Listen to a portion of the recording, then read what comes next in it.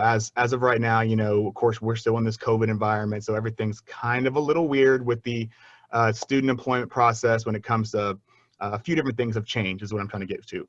We're not doing any face-to-face meetings or interactions with students at this time, and that goes with the faculty and staff. So if you do have any questions, after the presentation, hey, if you just wanted to ask me, go ahead and email me, call me. Just don't randomly show up at the office, because there's not going to be anybody to receive you here. So without further ado, let me go ahead and get started here. So I have come on now. All right, so the agenda. So what we're going to talk about today, we're going to talk about the types of student workers that we employ here on campus. I'm going to give you kind of a brief overview of the employment process, the HR process, the guidelines of what you have to do to follow to have a student here on campus, the required training and onboarding for students. Going to touch on time and payroll, work performance and disciplinary action, some strategies for success, and some supervisor resources. And again, this is our office. We're in the Harrington Science Building, room 111, but again, right now we're still in this COVID environment, so we're not seeing anybody face-to-face, students, faculty, staff alike. If there's something that you do need, we're always available by Teams, by Zoom. Phones are still kind of wonky right now. I know everybody on campus, some people have them, some people don't. So if you can't get a hold of us by phone, it's not that we're ignoring your call. It's some of us don't have access to phones right now. So if you need us, again, Zoom and Teams is the preferred method right now. And again, our office hours are 8 to 5. Okay, so the types of student workers that we have here on campus, the two that we're really going to touch on today are going to be our work study students and then our student hourly assistants. For those of you who don't know, the work study program here is a federally funded program. We receive money from the Department of Education to employ students here on campus. They have to meet a financial need, so they identify with that on their their FAFSA, saying that they would like work study. And of course, our Office of Financial Aid here on campus reviews their information and determines if they're eligible for work study. Work study is great. It allows our departments to hire student workers at no cost to the department. That money comes again from the Department of Education. The students typically get an award of about $4,000 is the average award that you'll see for a work study student, and that's broken up into the fall and the spring semester. So $2,000 for the fall, $2,000 for the spring. We haven't in the past historically, at least since I've been here about 3 years, we haven't had any work study students available in the summer.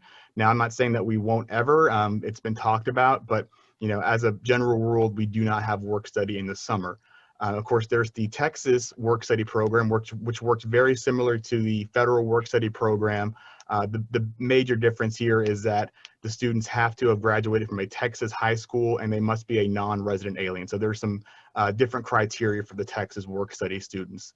The students that we're probably most going to be talking about here are going to be our student hourly assistants. That's why you've been awarded this money to hire a student from the Office of Research.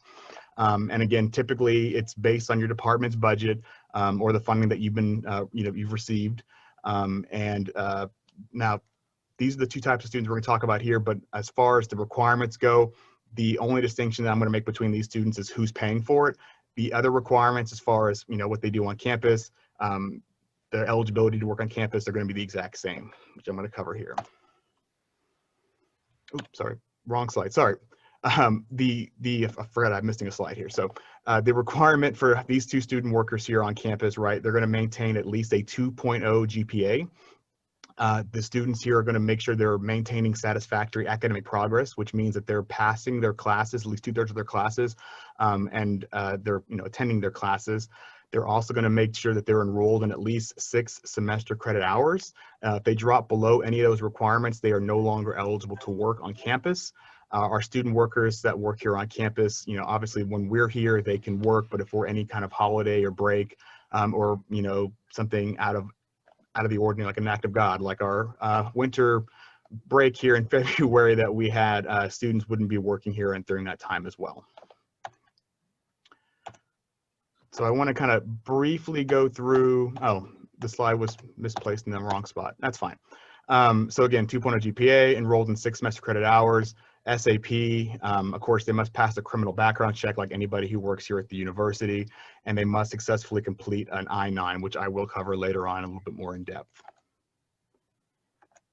Okay, so the new hire process. So I'm going to briefly cover this because most of this stuff here is going to be completed by your department's admin or their designee. But the process here normally typically goes, the department would submit to us a position requisition form. That department's going to specify the job description, what they want that student to do. They're going to give me a title for that position within, I have some guidelines that I would give them.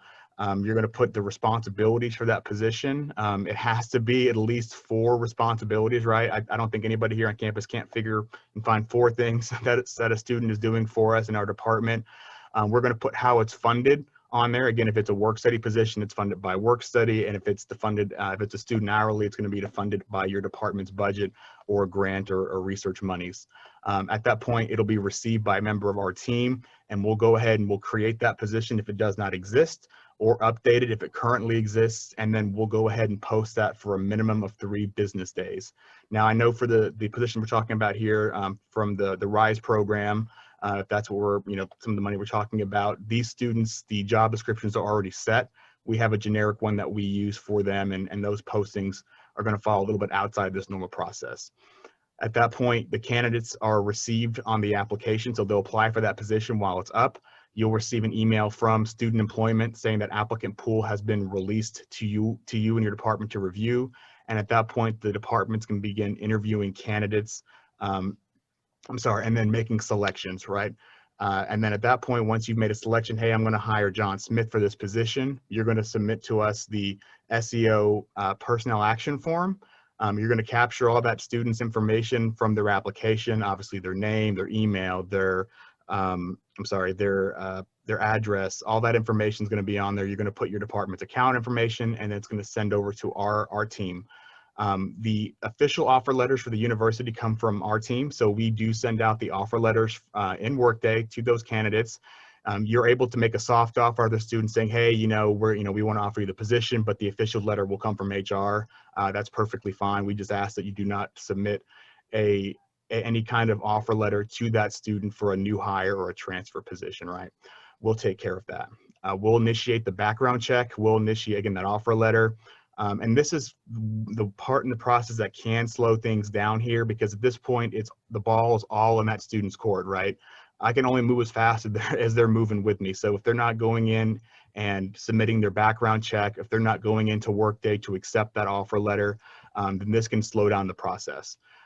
Then after, we've gotten the background check, hey, they say they're good to go. We've gotten the offer letter saying they accepted their offer. We'll go ahead and we'll initiate all those actions in Workday on behalf of the department. So there's no need to go into Workday to initiate anything. There's no need to go in to make approvals in Workday. We will take care of all of that here on our end. The next big part would be our budget review. Where they're going to go through and they're going to make sure that your account is good, there's funding available, and then they're going to approve. That's another part that could take a day or 2 here or there. And then finally, the last part is the student will complete their I-9 online. It's all electronic. We don't do paper documents in this office. The department or their designee is going to complete section 2 of the I-9. Again, I'll cover that a little bit later here. And then the student will complete their onboarding and their training, which we'll email out to them after they've completed their I-9. So this whole process here, from the day that, hey, I'm going to hire John Doe, and the day they're going to walk in your department, typically is about 8 to 10 business days. And again, that's really dependent on a few things. Again, background checks, the offer letters, if things get held up someplace. But relatively speaking, within about 8 to 10 business days, that student will be walking in your department. So we wanted to cover a few things about interviewing. Some of the things that we do see on campus are managers that are pre-selecting candidates, and again, this is a normal use case, right? So in this instance, I know that we're talking about students that have been selected because they're working on some research for you, and we're specifically asking the student to apply for that position. But as a general rule, managers should not be pre-selecting candidates. So we have an obligation to provide equal employment opportunity to everybody. And of course, if we're offering students jobs before we've even had a chance to post that position, there might have been another candidate out there that was, way better for that position. And we didn't give them a chance by just pre-selecting somebody. Again, even though you might be a manager in Workday, you should not be moving anybody in the candidate workflow in Workday. We will take care of that. You shouldn't be moving anybody until at least that position has been closed off, it's taken off the website, it's come down, and we've released that candidate pool to you. As some general rules for hiring students and interviewing, so you must you must ask all the same questions in the same format where possible, right? So the same questions always, but same format. What I mean by that is, hey, if I interviewed John by the phone, then I should do all those interviews by phone. If I did them by Zoom, I should do them all by Zoom. There's a little flexibility with that, but we really want to be consistent with our interviews. There's no hiring. There's no hiring panels that are required for student workers. I hear that quite a bit, well, I need to get a committee together, and no, we don't need that for student workers or graduate assistants. The department should have some kind of evaluation, a hiring matrix. We do have a template one that can be used. It's the exact same one that we use for faculty, our staff, our students and grads alike. But if you have a matrix, that works for you, please, go ahead and keep that and use that. And you must make sure that you're documenting your selection methodology. Again, this is the typical process for the interviews. Again, it's a little different with the RISE program because we are selecting these students based on research projects and the likes. So just take that with a grain of salt. So I-9 is a very, very big important thing for us. It's a federal requirement that we make sure that we're verifying the eligibility of employment for all new employees. What's going to happen with this, again, the student is going to complete section 1 of their I-9 electronically on or before their first day of work. What's going to happen is then at that point, the student is going to present to their hiring manager or their designee. So I know for a lot of these research hires, we have been utilizing somebody within the Office of Research to complete section 2.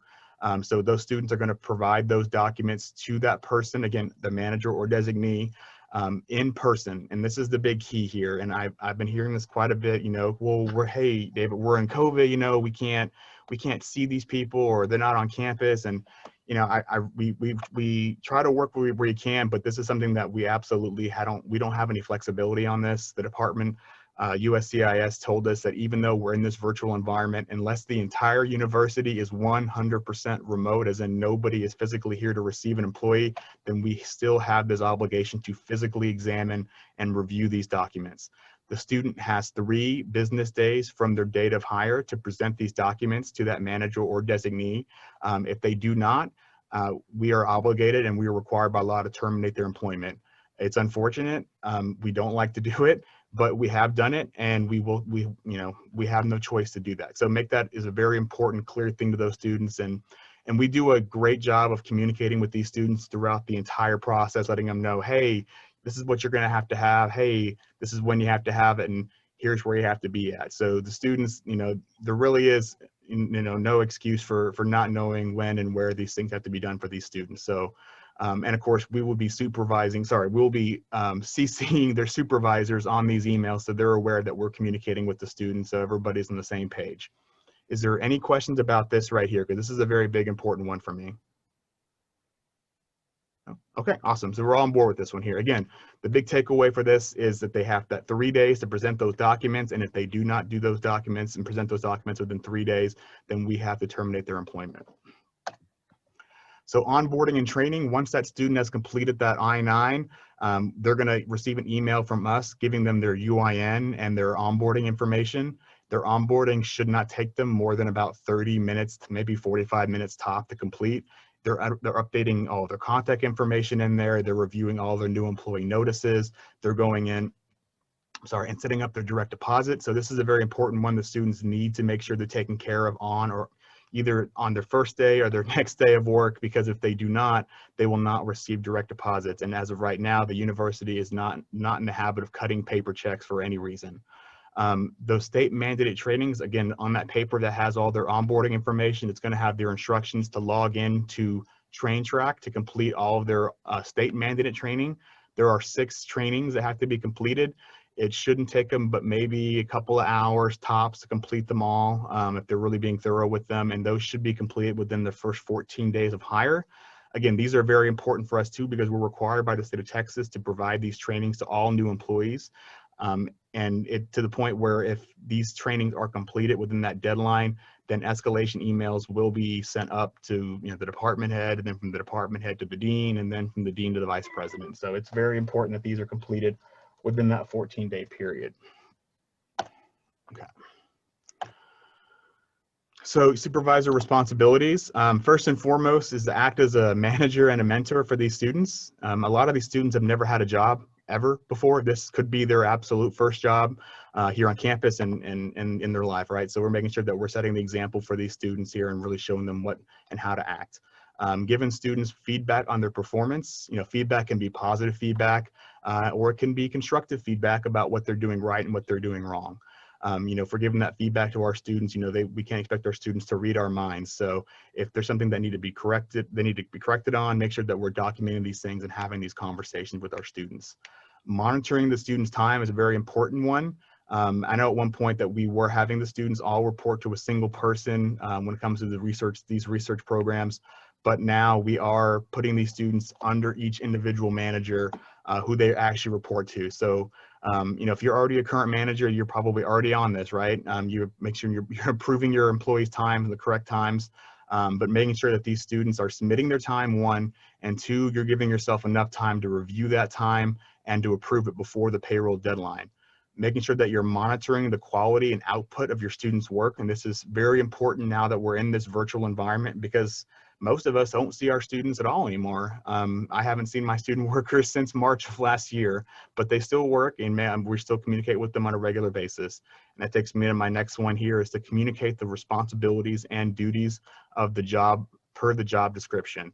So, and this is why it's very important we're writing job descriptions, that we're being very thorough about what the student will be doing, how they'll be doing it. And at this point, we can hold that student accountable based on that job description. Explaining any department policies that are specific to your department. Example of this would be, department's dress code. Every department has their own policy on that. If it's, unless there's a university-wide policy, then we would refer to your department's policy on these things. And providing the student worker with necessary tools to perform the work assigned. If they're doing research, obviously they need to make sure they have their equipment to do their research, right? Trainings and materials, any of those things, making sure they have them so they can be set up for success.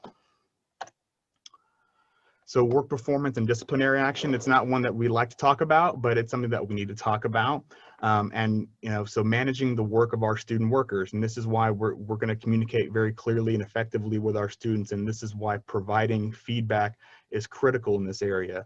Anytime we have a conversation with our students about, negative work performance, we need to make sure that we're documenting these conversations in case it does come to the point where we do need to terminate that student's employment.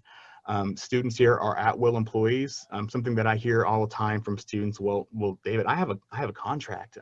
Student workers are not contracted employees. They do not have a contract with the university. Their offer letter tells them that they will be hired, but it is not a contract. Student workers can be terminated at any time. Again, we're at-will employees, but obviously we want to make sure that we're terminating them for the right reasons. This is why we're going to provide that feedback to our students. First with a verbal warning, then a written warning. And at that point, if the negative behavior persists, then we're going to go ahead and we're going to submit a request to the employee relations team. And she's going to request those documents where we've had these conversations, we've documented this performance issue. And at that point, she'll give you guidance as how she wants to proceed with the termination. All disciplinary actions should be kept documented in the student's personnel file and kept under lock and key, and should be on a as needed basis, on a need to know basis. So only the people that are directly involved with that termination should really, and that student's performance should be involved with that. Any questions with this here? This is one I get questions about.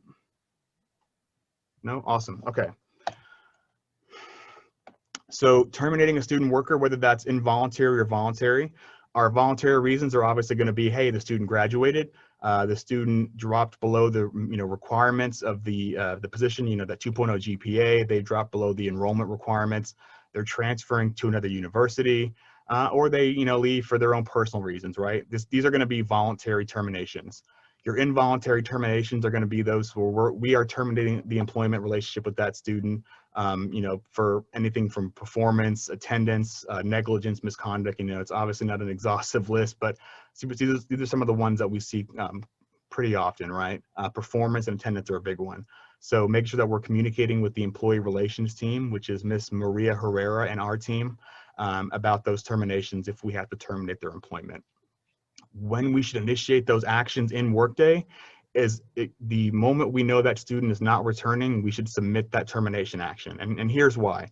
So we have a student that comes in to work for the university, you know, hey, they stopped coming in, we're going to terminate them, but they keep submitting time and somebody keeps approving that time, and that student will continue to be paid. And these aren't just hypothetical situations. These are ones that we've had to deal with. You know, departments that have a lot of student workers that aren't carefully reviewing those times will just hit submit and approve those time. And you know, students that haven't been working for a long time. And it's very hard to recoup money back from a student or an employee once they've been overpaid or paid for work they haven't completed, right? So we want to make sure that we initiate these Workday actions as soon as we know the student is not returning. So time is a big one. Our students can only work a maximum of 20 hours per week. They cannot transfer time from one week to the other. You know, they say, hey, Dave, I only worked 10 hours this week. Can I work 30 next week? No, it is a maximum of 20 hours per week. Like I mentioned earlier, the students can work during those periods in between semesters. You know, they can work after the semester is over. But again, if the university is closed for an official holiday or break, students should not be working. And that, again, that goes for, you know, unofficial closures for, you know, natural disasters or inclement weather, that kind of thing. Student workers, again, sorry. So student workers should not, again, make up or transfer hours from one week to the next. And that's why we want to make sure that we're reviewing our students' time and documenting that on those, and sending the time back to our students if that time is not correct. So best case scenario, best practice, right? Time is due usually on a Monday at noon. You know, if that student is working, you know, Monday through Friday, as most of our students do, have that student submit their time that Friday before they leave for the end of the day. That gives you Saturday and Sunday to approve that time. Or if you look over their time and they say, hey, you didn't work this day, or you put the wrong amount of hours here, that gives you and that student enough time to send that time back to them to make the corrections and send it back over to you to approve.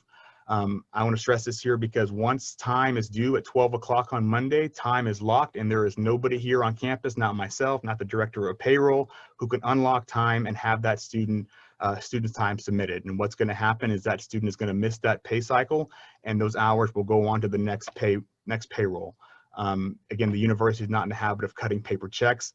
It's a very, very rare case scenario if we're doing that. So that student is going to have to wait until the next pay cycle. Again, here's our biweekly pay calendar. This is on the payroll website right now for reference if you want to go and have a look at that. It's, you know, very cut and clear. You know, we have when the pay period starts, when it ends, when the timesheets are due. So please make sure that you're providing this to the student as well. We do send this out to them, you know, in an email along with all the other resources for their onboarding. But, you know, if you're ever curious about it or they didn't read our email, which they oftentimes don't do, it's going to be on the payroll website for reference. Managers, again, should verify students' time is submitted by the deadline and approve those times by the deadline. So some strategies for success with our student workers, you know, be a positive role model and exemplify positive work habits. Again, a lot of our students, this is their first job on campus though, and they're looking at you to be a role model and a model that positive behavior. Being flexible is well, it's very important here at the university. So, you know, we want to say that, you know, every department has a job to do. I have a job to do. Our faculty have a job to do, but our students' primary responsibility here on campus is to get an education. So we want to, in the best possible way, be as flexible as we can to allow those students to make their academic obligations and to, you know, attend on-campus events where allowable, right? We still have a job to do, a business to maintain, but be flexible where it allows. Communicate often and communicate regularly. Again, especially now that we're in COVID, you know, and have a way to make sure that you're communicating with your students, you know, regularly and have some form, you know, hey, check in this day, we're checking in that day, we're doing a call here, a call there. You can never over communicate with our employees. training students. We love training here in HR. We even have some training academy classes that we do that are tailored just for our student workers on campus. And that's going to be through the HR Training Academy. Again, giving feedback, positive feedback is fantastic. Unfortunately, you know, we don't like giving negative feedback, but you know, they can't grow if we don't know. Giving recognition, right? So making sure our students, you know, they know exactly that they're appreciated, you know, and that their work, you know, is here to help better the university. And we do a student worker appreciation week in the spring. Obviously, we didn't do it last year because of COVID, and I am very much certain it's not going to happen again this year because of COVID. But once we get out of this COVID environment, we will be going back to doing our student employee recognition week in the spring, which includes a student employee of the year. And make sure that our students share in our department's vision and how what they do contribute to the university's success. Again, our resources here. So we have the Student Employment Office website where we have a student worker success guide. It has everything they possibly could ever want to know about being a student worker here on campus. It includes some interview material on there. It has some resume workshop stuff in there. Our student worker supervisor success guide is the exact same, but it's obviously tailored for our supervisors. It includes approving time, how the workday process works, how the recruiting process works. We have our work study balance sheet on there for anybody who's hiring a work study student to make sure that we're keeping up with their time. You know, because a student is allotted so much money for the spring and fall. The calculations are already there on the balance sheet. You'll just keep deducting them until the student runs out of their time. We also have a student worker scheduler on there where they can kind of print out and you can go down and work, say, hey, I'm going to work from this time to this time, and we can work on a schedule with our students.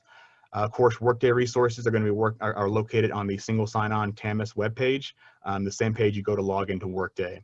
And then our additional resources for HR as far as our hiring guidelines and any of the forms that I talked about today are going to be located on the HR intranet site. So if you go to pvamu.edu/pvplace and log in through pvplace, you can access the HR intranet site and find all that information.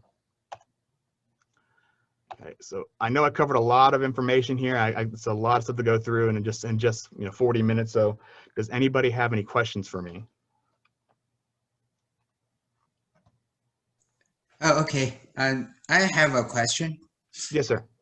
This is the first time that I will recruit some student worker for research. Okay. I just wonder what will be the hourly pay for the student? Is there a certain number that? Yes. So the university has a mandatory minimum $10 an hour pay rate for any student worker here on campus. So $10 an hour is the bottom. Okay. Then are there any? I mean, maximum range? So there isn't a maximum range, but I mean typically anything above about $18 an hour, I'm really going to need some justification for that.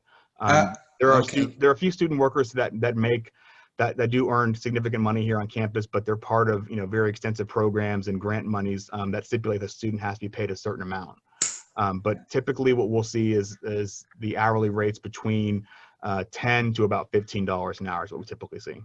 Okay, that's good. That's for undergraduate. Is that right? That's correct.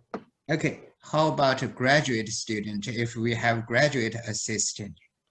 So again, graduate assistants, it's going to be very similar for graduate assistants. Now, there are going to be some mandatory minimum salary requirements if they're a grad assistant research or they're a grad assistant teaching, because those people are exempt employees. They're just like you and me. They're not paid by the hour.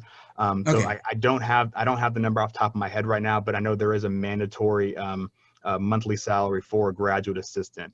But again, as far as their pay, they're not part of the pay plan, specifically just like the student workers are. So we do have some flexibility in how much we pay those. But again, even for the grad assistant non-teaching, they're not going to make anything less than $10 an hour. Oh, sure. Okay, I got it. Yes, sir. Okay. So now first, this process to start, I think, as a faculty, I should first to submit submit a position, right? and then Yes. Well, so you, I have one question first, though, sir. Are you is this position part of the RISE program? yes, Well, yes, okay. So I was it have the money, never get a chance to spend it. So I, absolutely? yeah, so I just uh, have some students who are interested, and I do not know this message before, so this I just let them fill a form. I think they might have submitted the form, but I haven't heard anything. I think maybe the process or they started is not correct or somewhere. So, Um, yeah, yeah, I was going to cover the caveat here, right? So this is the typical recruiting process, right? What I just covered today. Now, and this isn't something we do for everybody. This is something that we specifically do just for the research, this research program here for RISE, right? So, yeah, um, in this instance, you wouldn't need to submit that position and requisition form. You would simply need to contact either Balinthia Wilson or Dr. Grace Abalaji. And at that point, they'll contact us. We have a position that we already have out there that exists just for this purpose. We will repost it. The students that you would like to apply it, let them know, hey, the position's out there. Go ahead and apply to this position. And once the position closes, again, you'll submit that name over back to Balinthia or Dr. Abalaji, and then they'll submit the names to us, and we'll move that hire forward. That is the one difference between the normal recruiting process and this RISE program, because we're trying to expedite these hires to the faculty members so they can begin their research with our students. okay, thank you very much. I think Yes, sir. it's very helpful this information. Thank you again. Yes, sir. David, we had another question and that is, for someone who's not in RISE, how do I create a position? And I've got 3 other questions. Okay. So for anybody who's not part of the RISE program, what the recruiting process that I covered here today is the recruiting process that you will use. So you will go to the HR intranet site where those Laserfish forms exist, and then you will submit that position and requisition form off to the student employment team. Again, you're going to have that job description. You're going to have those the responsibilities on there, how it's being funded, if it's work study or if it's funded by departmental monies. And once we receive that form from you guys, we'll go ahead and post that position. If somebody is hiring somebody for the first time, they've never had a student worker on campus, or they have no employees on campus at all, there is one additional step that happens, but but there's something you need to do on your end. Once I see that form, I'll have to send you what's called a statement of responsibility. At that point, you'll sign it, your manager signs it, then I'll sign it as the authorized security reviewer here at the university to basically create an organization underneath you to allow you to hire student workers. It's really quick. I mean, DocuSign, everything's in DocuSign now, right? So if I can get it back to me in one day, we're good to go. But at that point, the ball's back in the department's court to make sure it's done as fast as they can to get it to me so I can create the organization. Okay, great. And here's another question. Is your PowerPoint available online for reference? It is. Reggie, is it on the website? No? Okay. So it's not on the website, but I can email it out to anybody here who would like it. I mean, we can put it on the website here eventually, but we haven't gotten approved to do that at this point. But I can go ahead and email that to anybody who's interested in having this for reference. Okay. If you send it to me, I can send it to all of the participants today. Awesome. Okay. Any other questions? If not, I have another question. Does my student have to go to the student employment office to complete their onboarding? I know you addressed that, but can you talk? Yes, ma'am. Yeah. So, students at this point are not, we're not seeing anybody at this moment right now. And even in the foreseeable future, we are anticipating that, most of these things are going to be completed at the department level. So we're going to be coordinating with your student at every point in this process. We will send them an email letting them know, hey, they've been offered that job. We'll give them the instructions about doing their background check, their offer letter. We will let them know about their I-9, how it's done, who to go to, where to go to, and we will also send them all their onboarding information by email, telling them how to log in, their UIN information, how to complete their trainings, and those things can all be done at the department level in their office, or if they're working at home, virtually at home. I have a question. We hire a graduate assistant in the Center for Teaching Excellence, and I was wondering, can we create a job position under the program RISE for a graduate assistant? I want to say that there, I'm trying to think if there were any RISE ones for the grad that I can recall. I don't know definitively. That's going to be more Valentia Wilson and Dr. Abalaji's area.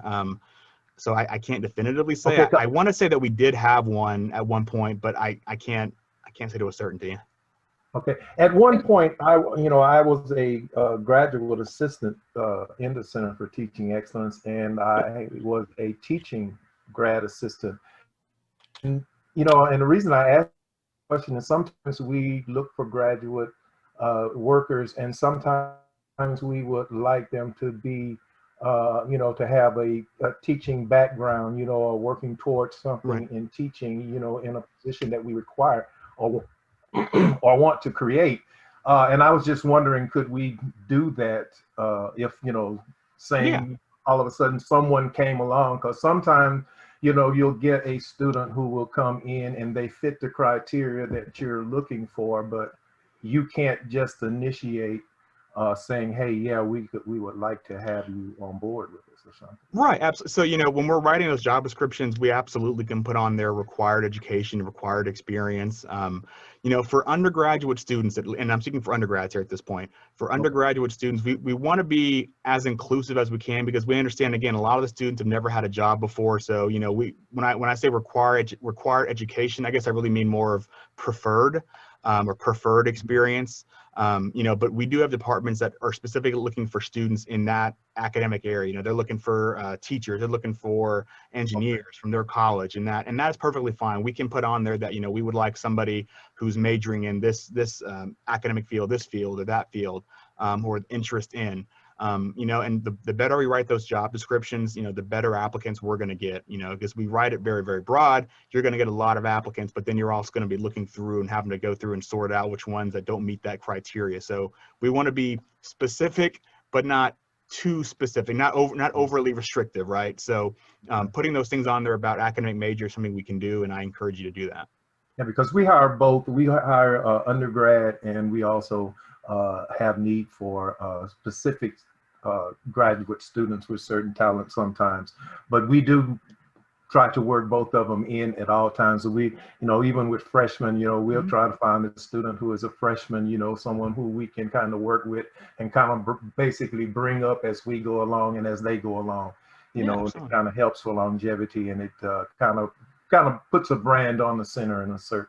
Yeah. But, and if you're looking for somebody, and again, we do have departments that do the same thing when it comes to looking for somebody of an academic class. I mean, their year in the program, they're looking for freshmen, looking for sophomores, seniors. That's perfectly okay too. But again, the more restrictive you are, the smaller your applicant pool is going to be too. So if you're not sure what you want, we want to keep it a little bit more open. But you can put on there, looking for freshmen, we're looking for sophomores, seniors, and that's perfectly fine as well. Okay. All right. Thank you. Yes, sir. Are there any other questions? I have one last question for you, David. Okay. And I know you covered this, but it's still a question. So who completes the I-9 for students? Okay, so again, I'm gonna, historically, our team had completed Section 2 for those students, right? They came to our office, they brought the documents to us, we reviewed them, we completed Section 2 of the I-9. But for the last year now, since we've been in this virtual environment, again, we're trying to minimize contact with students just as much as everybody else is at this point. So the department will either have the manager or their designee be the person who completes Section 2 of the I-9. And the responsibilities that person does is simply, they're going to go through and the student's going to present the documents that from the list, right? And we want to make sure that we're not telling them which documents they can and can't present. As long as they're on that list and they're original and unexpired, they can go ahead and present those documents. They're going to review them physically in person to make sure that they're original and unexpired. And then we are going to send that person a link to log into our electronic I-9 system. They're going to enter in that information based on what those documents are. So say it's a U.S. passport, they're going to enter in all that information. Then they're going to take a photocopy of that information. They're going to upload it into that system. They are going to digitally sign saying, yes, I reviewed this person's information. To the best of my ability, they appear to be original and expired. They're not fraudulent. They're going to digitally sign, and that is that. It's a very simple process. It maybe takes them 5 minutes tops. But the part I really want to stress even now though is that for these students is that they still have to physically present these documents. We can't do it by Zoom. We can't do it by Teams, not because we don't want to, but we're not allowed to. So that's the part I really want to stress on that I-9 right now. And it has to be done within how many days? 3 business days. 3 business days. Okay. Weekends don't count. Federal holidays don't count. Okay, I have, so the question would it be, could that be done by the advisor or the faculty? Right. So themselves? it can be done by the faculty member. It could be done. I mean, we're not too particular about who completes it for the department, but it must be one of our employees, a PV employee, right? We don't want mom and dad doing it. We don't want, our friend doing it at home, it has to be a Prairie View employee. So typically, like I said, most commonly what we'll see is it'll be the hiring manager themselves, or it'll be the department's administrator who does that. Okay, thank you. Mm-hmm. Anything else? Okay, I want to remind everyone that in the chat box, there is a brief survey about the session today, and it helps us to improve on the kinds of things that we offer during our RITI sessions. If you complete that brief survey, we want to make sure that we're providing information that you want and need. So if you'll just copy and paste that link and complete that survey, that'll help us to continuously improve. There's another question, is there a secured site available to submit the documents for the I-9? Yes, so our I-9 system, which is run by LawLogix, is a secure program. So what you're going to do is once you've verified those documents, it's going to ask you to upload them. So take scan them, you'll upload them into that program, and that's it. We've received them, they're on file. You can delete and, you should delete and destroy any copies that you have there. Shred them, obviously, we don't want them ending up in the regular trash, so make sure they're shredded and completely gone. Okay, does that answer that question? And always, if you need additional information, you can connect with David via Teams or via Zoom, so he's always available. Yes, ma'am. All right. Well, thank you guys for having me come out. Like I said, if you think of anything else, burning questions, whether that's student, undergrad, some grad stuff, or workday stuff, I do it all over here, right? So just let me know, and we can get together, and I can give you a training. So very good. And just a quick reminder that this session will be available on our YouTube channel, which is PVAMU Research After Editing, and we encourage you to subscribe to our YouTube channel and all of our social media platforms. But if you subscribe to our YouTube channel, then you'll get notification whenever we upload a new video, such as the RITI session. I also want to remind you that on Wednesday, March 3rd, we'll have our second installment of our Faculty Rise Grant Writing Workshop. And Lucy Deckard of Academic Research Funding Strategies will present a training on understanding NSF and taking advantage of PVAMU's status as an HBCU. So thank you again for joining us today, and we'll see you next week for the next RITI session, and we hopefully will see you on Wednesday for the grant writing workshop. Have a good day. Thank you, David. Thank you. Bye, guys.